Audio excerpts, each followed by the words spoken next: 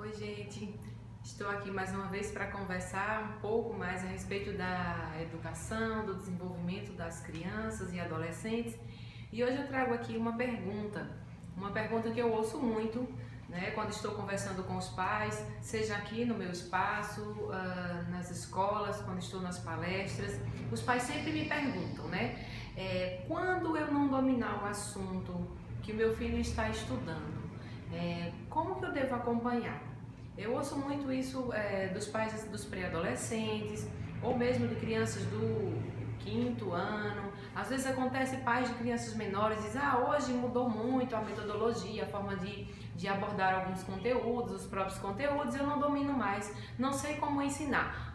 E aí o que é que eu faço? Que eu preciso acompanhar a atividade de casa. Pois bem, para aqueles que não dominam o assunto, como devem chegar junto? Há um problema grande, porque os pais ficam realmente na angústia, porque se dizem assim, eu não domino o assunto, vai estudar sozinho e deixa a criança, o adolescente lá no quarto estudando sozinho, ele vai perder a concentração, perder o foco, não vai, né, desenvolver a atividade ali direitinho. Porém, os pais nessa preocupação, nessa necessidade de acompanhar e entendendo que precisam acompanhar a atividade, ficam preocupados como fazer. Pois bem, estão aqui algumas dicas. É preciso lembrar que os filhos precisam da presença dos pais.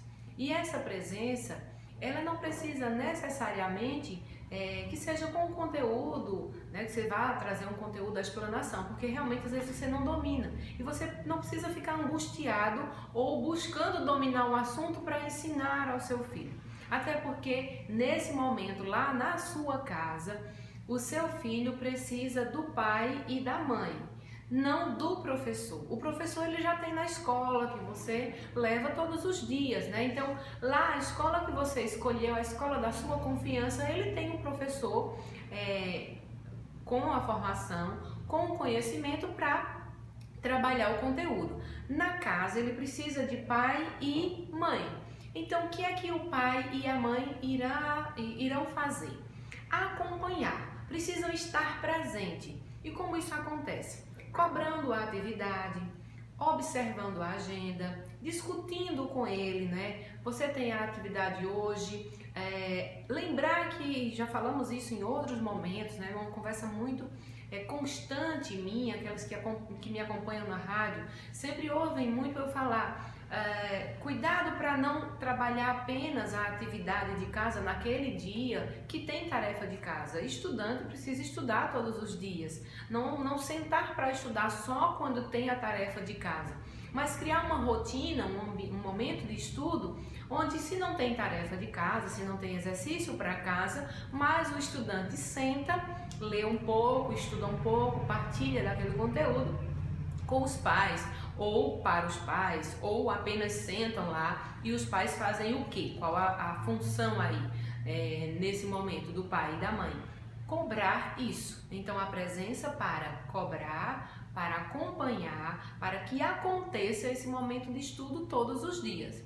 Com relação ao conteúdo, não precisa você se cobrar. Eu sou o pai, eu preciso saber o conteúdo, eu preciso saber o conteúdo para poder ensinar, ver se ele realmente sabe. Não, isso é do professor. O pai precisa sentar e perguntar, já fez a atividade, já teve o seu momento de estudo, conte para mim o que você entendeu quando leu esse assunto.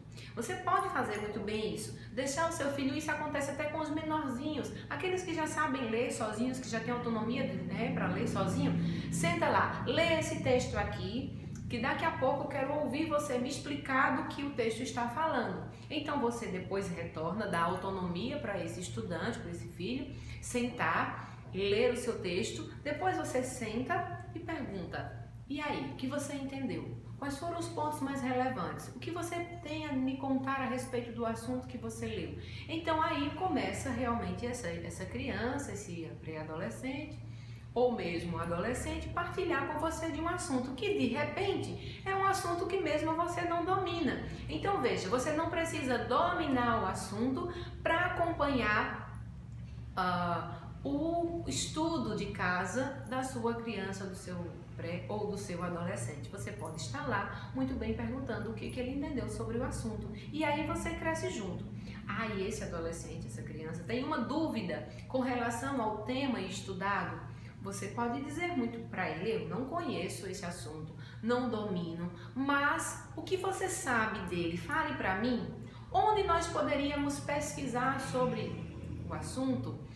No livro, consultar um tio, pesquisar na internet, pedir um livro emprestado, uma outra, enfim. O que a gente pode fazer? Ir para casa do avô, que domina muito bem o assunto. Lá em casa o meu pai domina muito geografia. Então Lucas é muito encantado, tem 8 anos, mas é muito encantado com essa história. E aí eu digo assim: Lucas, vai estudar geografia com teu pai ou com teu avô hoje.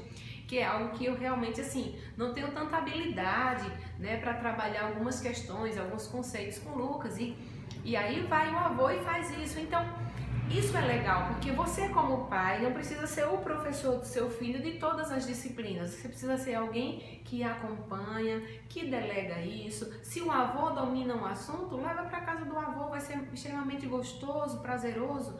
Avô e neto estudando juntos, tio e sobrinho estudando juntos, isso é muito legal, isso é muito gostoso. E aí, onde fica o pai? Na presença, na atenção, na administração disso. Legal, teu avô gosta de geografia, vai estudar com o avô. A criança fica extremamente encantada, feliz, motivada, porque está estudando um assunto que lhe traz prazer, com alguém que ele tem uma afinidade, que ele gosta. Muito melhor, mais proveitoso do que você sentar com ele meia hora, 1 hora de estudo e ficar ali se angustiando com um assunto que você domina, com o que você não domina, com um assunto que você se angustia, buscando entender aquilo para ajudar o seu filho. Então, você precisa lembrar que lá na casa você é pai e mãe.